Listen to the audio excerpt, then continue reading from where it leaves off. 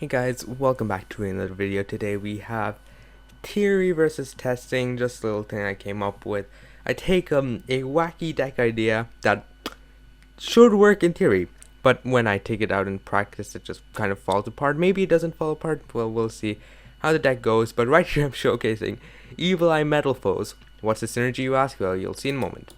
We'll go ahead, act normal summon Sturziel. Sturziel will grab the Paradoia, the field spell searches another Evil Eye monster, which will get Basilisk. Basilisk, you can special summon it as long as you control. Pause it for a second. You can special summon Basilisk as long as you control an Evil Eye monster, and during the main phase while it's on the field, you can dump Selene. Now we link up into Gorgon. And if this was a normal Evil Eye deck, this is where the plays would kind of just stop. Gorgon, Paradoia pass. But we've got Metalfoes, and Metalfoes accomplish a couple of things. One thing, Paradoia has a graveyard effect. When it's destroyed by a card effect, you can add back one Evil Eye monster from your deck to your hand. It basically turns your Evil Eye engine into normal summon Alistair. You just do it again and again and again. And another thing it does is also fill up your graveyard with an Evil Eye spell or trap for Selene's recursion effect, so you're able to just set your Metalfoes counter. Metalfoes counter also synergizes a lot with the deck because it is able to summon Vanisher, and Vanisher just sets up a really neat OTK line after that. You're going to set Selene, activate Selene, and that's kind of just your past two cards. You've got a singular negate and an absolute bucket load of follow-up. You've got the Sturziel for next turn. You've got Metalfoes countered to go into Vanisher and get some disruption there. And Evil Eye of Selene is not the easiest thing to out in the world. Yeah, I know Nightmare Phoenix exists, but that's why Gorgon exists to negate said Nightmare Phoenix. And it's not the easiest thing in the world for a lot of decks to out this, and you will see in a moment some of those decks. So let's take this out to practice, shall we? First matchup we are against the I'm just gonna say XJ. This new archetype, it is currently by results the best, or at least the most popular deck in the OCG metagame right now. So we'll get to see what they do. They're playing the bad trap, the really bad trap, and they are an OCG player playing the maxi. So right now we've got a pretty decent hand. Unfortunately, we did draw a counter. We did draw the Vanisher to go with the counter. So counter only summons from deck, so it can be a bit iffy if you draw the Vanisher, but it is fine. Vanisher still has utility in the hand. Like with Paradoia, they do have the maxi, so we will have to change our style up a bit. Instead of going for Selene, we will have to just instead of going for Gorgon, we will have to just go for Selene on the Sturziel pass. This still isn't half bad since Sturziel has the effect to basically become Zodiac Trident. We'll use Terraforming, grab an extra Paradoia for next turn, activate Gold Driver, attempt to pop Paradoia, just to get counter. We're not triggering his floating effect. We don't have any Evil Eyes in graveyard, and that's not really a concern. We have the Paradoia next turn regardless, so it shouldn't matter too much. They draw 1 Day of Peace. It's a standard in the OCG. I'm not very familiar with the OCG. I just hope their builds aren't this weird. So they're going to go for their starter, and since Sturziel only pops special summons monsters, I do want to get rid of their token, especially since Ashna is in their hand. So I do want to get rid of any non-effect monsters they have. Selene will go ahead, get some extra stuff, give it some attack. They top deck the only extender in their deck along Yuan, which does help them just through this predicament go for some extra plays. They'll go for the rank 8. The rank 8 doesn't just search, it also banishes from deck. They'll banish one of the traps to get a token, and this token will help them with the extra body they have on the field and help them tune. They'll go into the level 10 boss monster, and then they'll attack, realizing that it cannot be destroyed by battle. And well, a decently big thing is, well, it's not very easy to get rid of Selene unless they've got back row removal. Technically, this card I believe is the back row removal, but if you're not familiar with Evil Eyes, it'll kind of just skim past you. Also, please do not play the bad trap if you are willing to play Xiangjian. It's just such a terrible card. Just don't play it. We top deck a silvered. we did top deck the Ice Dragon's Prison off our dude. So now, during our standby phase, Cerzil will activate standby phase effect to attempt to pop a card we control. They will try to negate it with their level 8 and then realize that it cannot be targeted, so they're forced to target their Azhara. So then I just choose to chain its effect to attempt to pop their level 8 instead, because why not, since it will probably get banished off Changying regardless. The Cerzil will pop our scale, and both our Metalfoes counters will be able to trigger along with their this dude. Our Metalfoes counter will summon a couple of cards. I haven't. It was probably a misclick, but I don't really see any reason for him not to just straight up get rid of my Cerzil or Celine at the very least. But it shouldn't matter too much. I do have an access code talker line from here, and even if they do have their starter, I do have the Ice Dragon's Prison in my hand. So even if they did get rid of this Cerzil, it still would have resulted in a similar enough thing. At this time, I was playing Retribution, just cut Retribution. It's an unnecessary brick, and it just makes a lot of hands dead. We'll activate Vanisher. This is just BM, because why not? We'll go into the Nightmare Phoenix, get rid of the trap, the extremely bad trap, mind you. We'll go into Unicorn, discard, get rid of Grand Duke, just do a couple of attacks. I realized One Day of Peace is active, so I don't do damage. They top deck the Surger, which is a really good top deck. Not that it'll matter since I have the Cerzil, which is a pop. Metalfoes counter will grab back a Gold Driver, because why not? Cerzil will pop the Vanisher, and this counter will grab back the Vanisher again. This will allow me to make the Vanisher next turn by activating the Gold Driver and summoning it from my hand. They activate the Searcher, grab their starter, summon the token, and I do have the Cerzil to pop the token, and they're out of place. We gain another 500 attack. This has triggered its effect 6 times. It does pop Paradoya, getting us another Cerzil. As I said, basically turns into normal summon Alistair just again and again and again. We grab another Paradoya. Paradoya will grab Basilisk, and a lot of this isn't needed. We have game on board. We know that last card in hand. We just make an access code talker and go in for lethal. So that was a half decent deck. If you have a decent enough hand, it just kind of shows how once you get your tempo going, you almost never run out of plays. But the bad thing is when you run out of that tempo, and we'll see what happens then against Striker.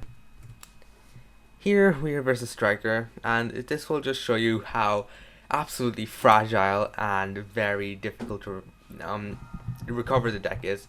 It does have an absolute crap ton of recursion, but if you just stop their plays, it can't do much. We Prosperity for 6, we do not mill too many meaningful things. We get the Paradoya to get a search for Cerzil, which will come up next turn. But for now, we just have to pass. They top deck an Effect Wheeler. They have the Jamming Waves for a call by Grave Normal Summon Ray, go into Kagari. I'm assuming this was a misclick. They meant to go into Hayate, attack directly, and then go into Kagari. But whatever. I've got the Ghost Spell for the Ray in the graveyard, so that's nice. They set 2 Widow Anchors and pass. Those 2 Widow Anchors are going to be really pesky. We'll normal summon Cerzil, and we'll get Widow Anchored, and I will attack for 1600. I set the Imperm in that column just in the case of getting an extra negation. Naturally, they top deck Ray because they're a good striker player. They go into the Hayate. I'm kind of forced to Imperm the Hayate since I don't want them getting extra cards in circulation.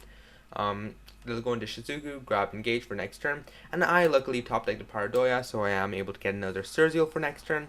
I will go into Basilisk. Basilisk will get negated by Effect Wheeler, normal some Cerzil, and another Widow Anchor, unfortunately. So now that all our plays are stopped, it's virtually impossible for us to recover from this point. It's just extremely difficult. I want to keep my Basilisk on the field just so that I can use it next turn to get a Celine, but it's very unlikely. They're just getting bonus card on bonus card on bonus card. They went from 1 card in hand to 4. Literally no chance of us winning at this point. They've got the 2 sets. They've got double Widow Anchor, Hornet Drones. Yep, we've lost basically. There's no way to recover from this point, and we do have to surrender. Regardless of how godly that top deck was, it wasn't too likely we were going to win that. This is another game in the striker match, and I just like to say the deck isn't that like unplayably bad. It is somewhat playable, but we kind of do not get access to if we do not get access to our evil eye engine, we are kind of dead. I mean, that goes for a decent amount of normal summon Alistair decks that kind of revolve around normal summon Alistair, but we do have some Metalfoes plays going in here. We're going to pop the silver for counter just so that we have a counter in rotation, and we'll pass. We have a prosperity in our hand for next turn. They top deck Ray off the upstart. Top deck Ray 2 times, by the way. And Ray into Area 0 is a very good play for Called by the Grave. Naturally, they have the Ghost Spell. This game will kind of show you just how broken the Evil Eye engine is against certain control decks that literally cannot out the card. We just can't. They just hit with Hayate. They don't have anything meaningful in hand. They'll go into Kagari, grab back the engage.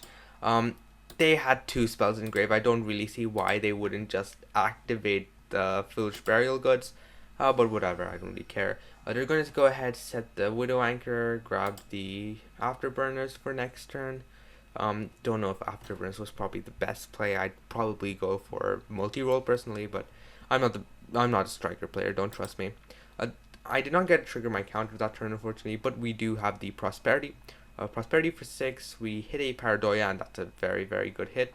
So I choose to get the Paradoya. I will go ahead, activate said Paradoya, search a Surzeal.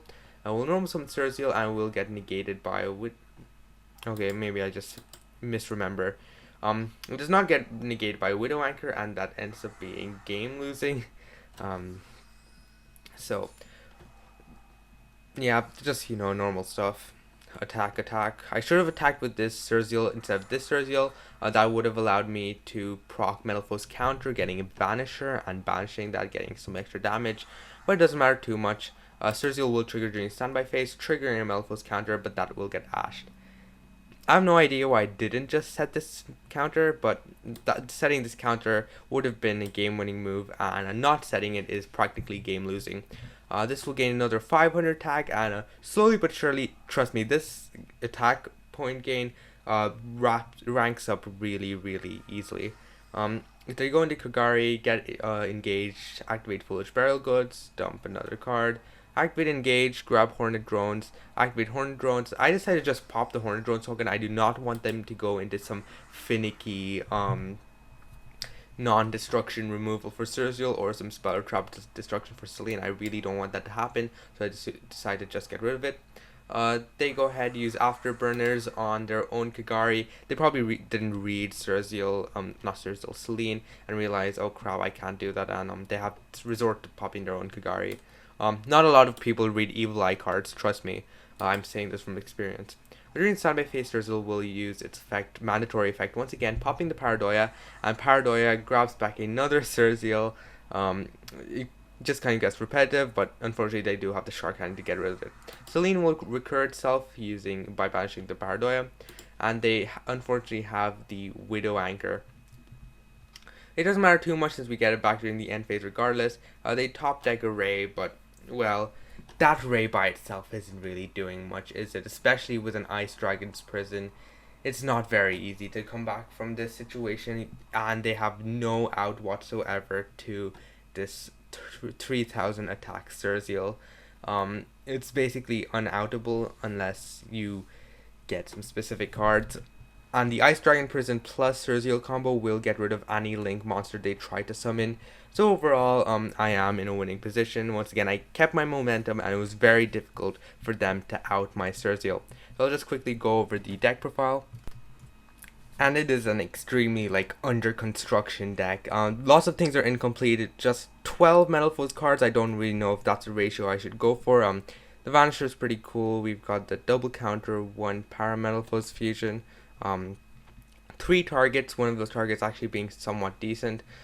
Counter is actually a pretty strong card when paired with Surzeal's extra effect during the standby phase to force you to pop a card you control. When I'll just kind of mouse over all these cards. Basilisk is kind of a brick, but usually it's not that bad.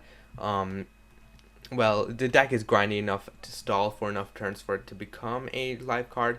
It's also pretty consistent. You have 7 waste into Surzeal, along with triple copies of Prosperity, and you can very consistently Prosperity for 6. So you're in a pretty decent position.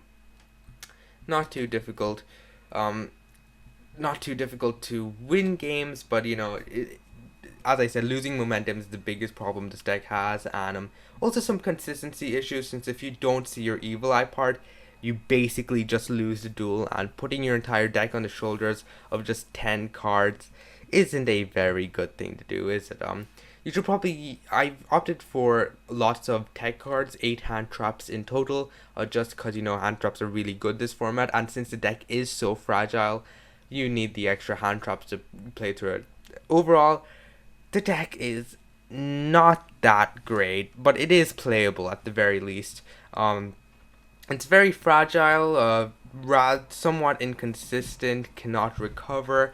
The only real good thing it has going for it is absolutely monstrous amounts of recursion and stickiness that a good amount of decks can't really handle.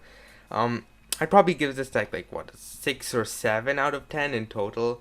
I will probably have to revamp this a good amount. It is still an early build. Um, if you just want to, get more content, stuff like that, do like, subscribe, all that good stuff, and I'll see you later. Goodbye.